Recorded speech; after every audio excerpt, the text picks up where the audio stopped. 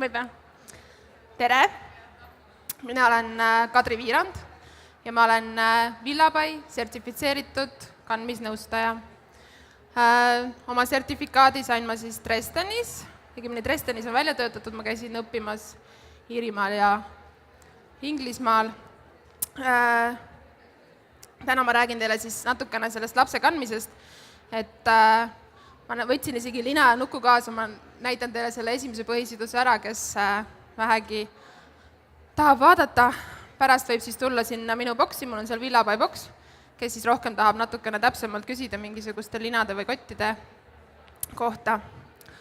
Aga et lapse kandmine, et milleks ta siis üldse nii-öelda hea on, et tegelikult see lähedusvajadus, mida beebi tegelikult tunneb, on täpselt sama oluline vajadus nagu vajadus süüa saada, vajadus sooja saada.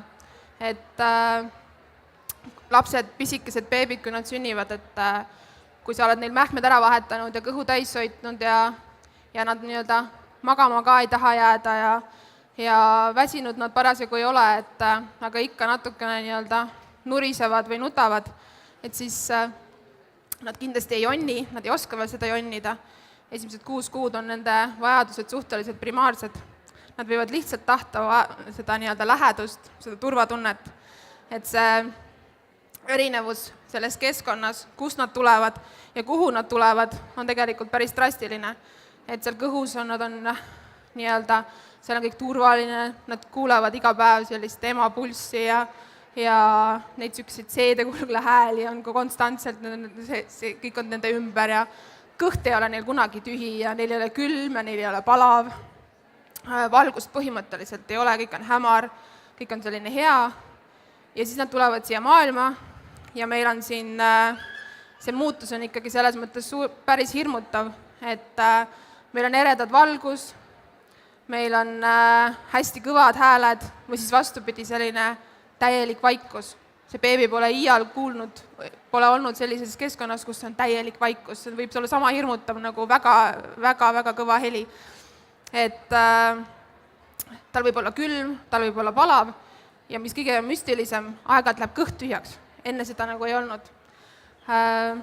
See kõik on nii-öelda täiesti uus asi, see kõik vajab harjumist. Ema rinnal või siis isa rinnal. See täpselt seal ema rinnal, kus ta kuuleb täpselt neid tuttavaid südamelööke, seal on selles mõttes, seal on hea ja turvaline olla. Tunneb seda lähedust, ta tunneb seda soojust. Et kindlasti ma nüüd neid loenguid ei ole kuulnud, võib-olla haiglad on ka siin ka rääkinud nendest känguruhooldusest, et känguruhooldus on ka selline, kus beebid kosuvad väga hästi. Seal pannakse küll paljale rinnale paljas laps, aga see puudutus on see, mis tekitab lapse kehas kasvuhormoone.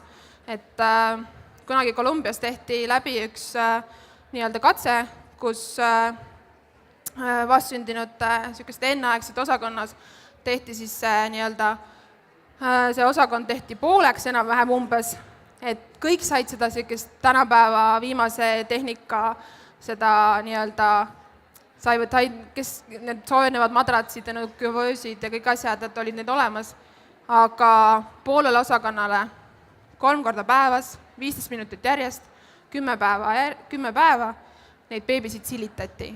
Lihtsalt nende käsi, nende selga, nende jalgu, lihtsalt neid silitati. 10 päeva, 3 korda päevas, 15 minutit. See pool osakonda sai keskmiselt 6 päeva varem haiglast välja. See on kasvuhormoon, mis tekib just täpselt puudutuse, kus te katsute ja puudutate oma lapsi. Nad kosuvad, nad arenevad, nad on rahulikumad. Et kui laps on siin rinna peal ja ta on niimoodi ärkvel ja vaikne ja vaatab ringi, siis ta õpib. Tema aju teeb meeletuid, loob igasuguseid ühendusi. Kõige lihtsamad asjad, mida me ei oska nii-öelda, võtame iseenesest mõistetavalt. Et ta vaatab ringi, kuidas koerad jooksevad ja kuidas puud kõiguvad ja mis hääletooni kasutab ema siis, kui ta räägib tuttava inimesega. Mis hääletooni kasutab ta siis, kui ta räägib võõra inimesega. Kuidas reageerib isa, kui ta kuuleb, kui kajab pidurite krigin, et need kõik on asjad, pisikesed, väikesed õppetunnid, mida see laps nii-öelda siis siin rinnal õpib. See on vaikne, aktiivne olek. kui laps nutab, siis on tema aju üle tulvatud, nutab kaua juba, nutab pikalt juba, siis on tema aju üle tulvatud stressihormoonist ja sellel hetkel laps lõpetab ka õppimise, sest ta lihtsalt ei suuda sellel hetkel õppida. Et niisugune hoides oma last selliselt nii-öelda vaikses aktiivses olekus, siis ta lihtsalt läheb targemaks. Et kõige parem, tihti küsitakse, et mis on siis see kõige parem kandmisvahend, et seda laps saaks siin nii-öelda rinnal olla ja siin nii-öelda kosuda. Et kõige parem viis tunda ära hea lapsekandmisvahend on leida vahend, mis laseb lapsel olla enda loomulikus asendis. Kui te võtate vastsündinud beebi endale rinnale, mul on siin pisut suurem nukk natukene, aga kui te võtate vastsündinud beebi endale rinnale, siis ta ongi täpselt umbes selles asendis. Ta võtab käed endale siia kõrvale, tal on need põlved on siin konksus, niimoodi kõhu vastas ta hästi kaitseb oma kõhtu, sest kõhu peal on tal hästi vähe rasvarakk ja see kardab külma ja üldse seal on kõik need organid, need on tundlik ja niisugune. Teiseks tal on see selgroog, niisugune C-tähe kujuline, see juba tõstab ta põlved natukene ülesse poole. Et hea kandmisvahend on see, et kui te võtate lapse rinnale ja ta võtab selle asendi, siis see kandmisvahend laseb tal olla täpselt selles samas asendis, aga teie saate lihtsalt hoida ennast sirgelt ja käed lahti. Tihti me võtame lapse sülle, siis me hoiame ennast. Me hoiame natukene nii või natukene nii või natukene nii. Et eriti värsked emad, kes on just sünnitanud, need rasedushormoonid on teie keha teinud kõik nii-öelda pehmeks ja venivaks, liigesed on natukene nii-öelda, saavad natukene lahti olla, selleks, et see keha õigesti nii-öelda tagasi läheks, leiaks nii-öelda oma kohad, siis on mõistlik võimalikult ruttu võtta see nagu õige, normaalne asend, mil inimene käib. Et kui te siis hakkate selle beebiga niimoodi ringi käima või niimoodi, et siis te ei tee oma kehale kuigi palju teeneid. Et lapse kandmine siis beebile, esiteks see, et ta saab siis nii-öelda siin seda turvatunnet, ta saab selles vaikses aktiivses olekus seda nii-öelda ümbritsevat maailma jälgida, tundma õppida, seda tinglikult nimetatakse ka 4. trimestriks. Me kõik teame, mis asi on 1., 2., 3. trimester, kui see 4. trimester on siis täpselt peaaegu samas kohas, natukene kõrgemal, vaikselt siis oma tempos harjuda selle väga sellise hirmutava ja hoopis teistmoodi maailmaga, kus ta enne nii-öelda, kus ta alguse sai ja kus ta tuli. Paar inimest mu boksis palus, et ma näitaksin seda sidumist ka, ma siis mõtlesin, et ma siis näitan, kuidas see täpselt käib. Et kottide puhul ka võiks siis nii-öelda jälgida seda, et see kott toetaks seda last põlvest põlveni, et tal saaks olla see nii-öelda põlved natukene kõrgemal kui peppu, sest just täpselt selles asendis vahetevahel lapsed sünnivad niisuguse ebaküpse puusaga, et see puusanapp, niisugune nagu pesa selle puusa sees, kus see reieluu käib seal sügavas, niimoodi mis peaks seda reieluu otsa niimoodi sügavalt kinni hoidma, vahetevahel see puusanapp ei ole korralikult kõhus niimoodi täis kasvanud, vahetevahel on see katus täiesti puudu, vahetevahel on see lihtsalt nii õrn kõhr, et natukene jõudu rakendades võib see siit kild ära tulla ja siis võib see reieluu ei püsi seal puusanapas sees. Et selles konna asendis, kus põlved on kõrgemal kui peppu, see reieluu on seal nii sügaval seal puusanapa sees, et vaikselt ja omas tempos saab rahulikult see puusanapp siis nii-öelda küpseda ja põhimõtteliselt ei ole ohtu selleks puusaluu nihestuseks. Aga ma näitan siis selle kootud lina siduse ära. Keskmise inimese kootud lina pikkus on 4,6 meetrit. Ma kasutan kogu selle kanga ära. Mis on kõikidel linadele märgitud, on keskkoht, sinna pannakse tavaliselt etikett. Selle keskkoha, see näitab mulle siis ära, et kui ma selle siduse lõpetan, siis mul siia ühelt poolt ei saa lihtsalt see nii-öelda lina otsa. Selle ma panen siia keskkohta endale. Tõmban selja tagant risti. Vaatan, et mul tuleks keerdu sisse, et kui teil keerd on selja taga, on selle linal sees, siis võib hakata selja tagant soonima või võib sinna jääda natukene selle keeru taha lõtva lina, mis lõpuks lapse raskusega oleneb, kui raske ta see on, kuskilt nii-öelda mingi hetk järgi annab. Ehk siis hoidsin ülemiste servadest kinni, et oleks mul, siis ma tean, et mul ei ole siin seda keerdu sees. siia ette ma teen põhimõtteliselt, lükkan selle kõik, mis on üleliigne, lükkan endale selja taha ja ma jätan ainult nii palju ruumi, et ma mahuks käsi niipidi sisse. Ma võtan beebi õla peale, käsi läheb siit alt sisse ja hops, ta tuleb siia. Nüüd tal juba tekib see õige asend siin.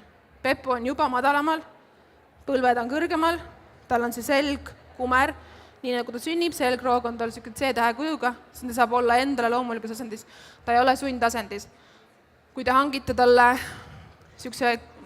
kandekotid, kus on hästi kõva, see seljapaneel on hästi kõva, siis see sunnib selle selgroo talle sirgeks. Ta ei ole selleks valmis. See on täpselt samasugune sundasend talle, kui tal on, loomulikult on tal kumer selg ja kui ta sunnitatakse selle selja tal sirgeks, siis on samamoodi sundasend, nagu teie otsustaksite üks päev, et ma täna hommikul käin 2 tundi ringi nii. Et see lihtsalt, see on natukene pisut ebaloomulik asend ja see lihtsalt väsitab seljalihased ja väsitab selga. Ehk siis, nii, siin on tal see õige asend, siit külje pealt ma leian üles selle ülemise serva ja selle ma nihutan tal siit hops üle selja. Kapuutsi test ja siis kaelataha tagasi.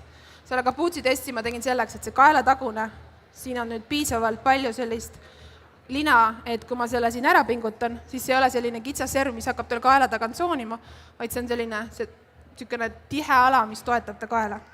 Kõik see, mis on siit lõtt, selle ma lükkan enda kaenla alt selja taha. Ja siis ma katsun, kumb on mul alumine, kumb on pealmine.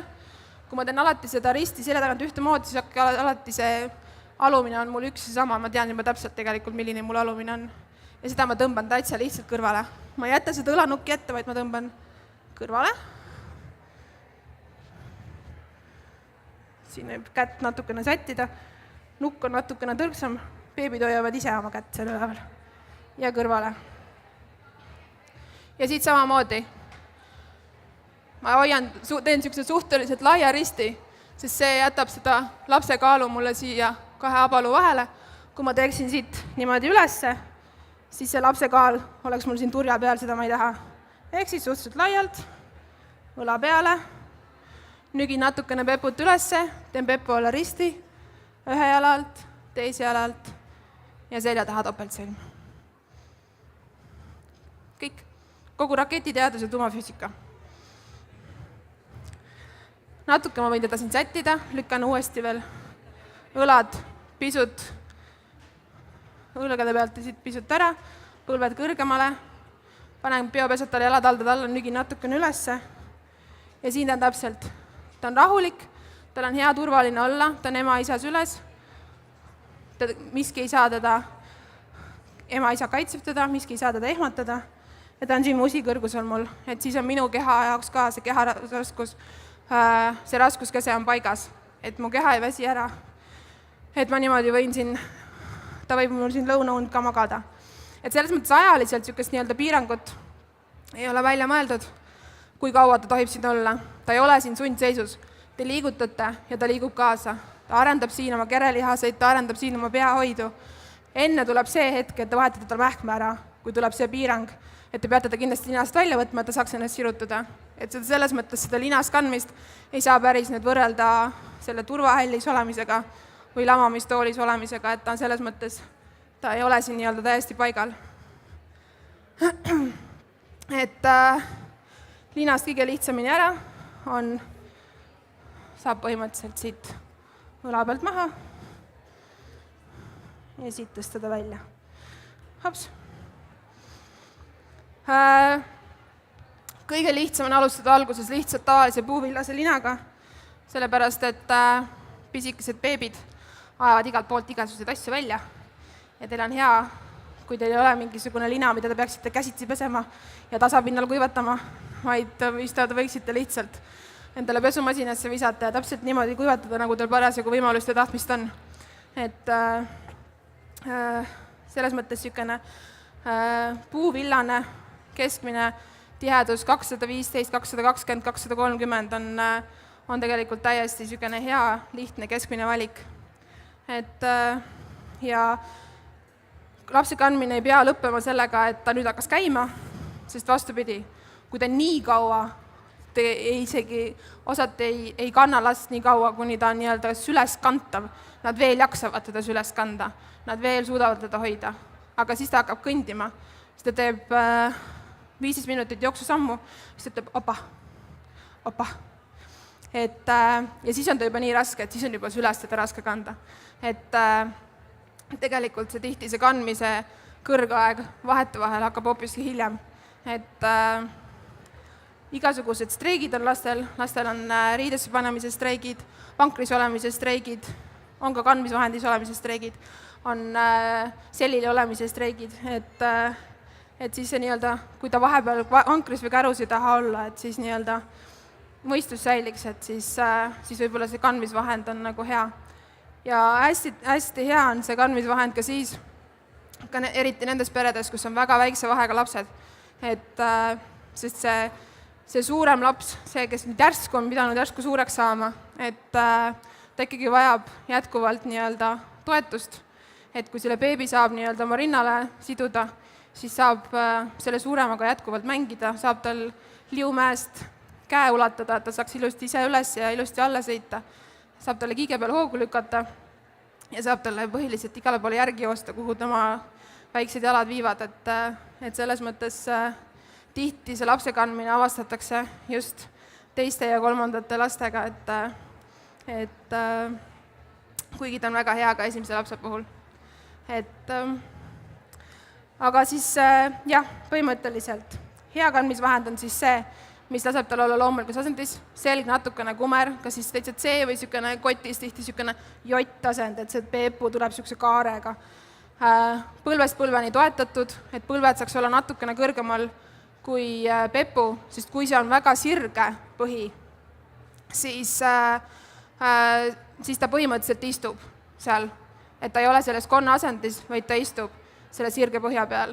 Ja kui ta istub, siis päris pisikene laps ei ole lihtsalt selleks istumiseks, ta meil ülisamba omast ümbritsevad lihased ei oleks selle istumiseks, ei ole valmis, et siis jälgida, et tal oleks see konna asend.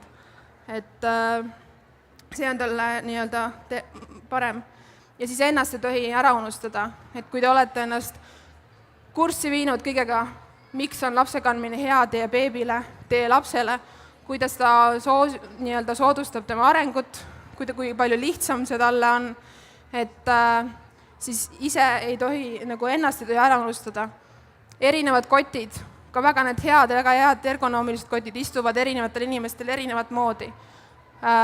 Lina annab alati sättida, koodulina ka annab, vahel on natukene madal, natukene lõtt, natukene kuskilt annab sättida, et oleks mugav. Alati see kandmisvahend ka kandja peaks olema ikkagi lõpuks mugav, et ei ole vaja hambad ristis, veremaitse suus kannatada, sellepärast, et see mu beebil on nii hea, et ma kannatan selle kõik ära. Päriselt natukene seadistamist või lihtsalt vahetada seda kandmisvahendit, see on võimalik, et see on teie jaoks ka täiesti mugav. Et beebi jaoks siis selg saab olla kumer, see seljatagune on pehme, põlvest põlveni on toetus, et ta ei istuks nii, et ta oleks keharaskus selles kitsapõhjaga kotis, kogu keharaskus oleks tal toetunud jalga vahele.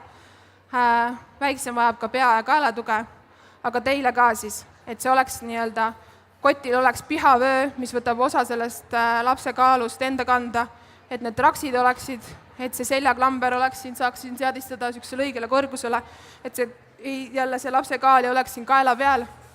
Ja siis, et kotte natukene proovida erinevaid, et millise kotiga teil mugav on ja päriselt ka hea on kanda teda siis seda last, kui mind lähete matkale, kannate tunde, võite ka võib-olla kannate ka 15 kilost last, et keha nii-öelda ära ei väsiks, et siis võib proovida. Aga siis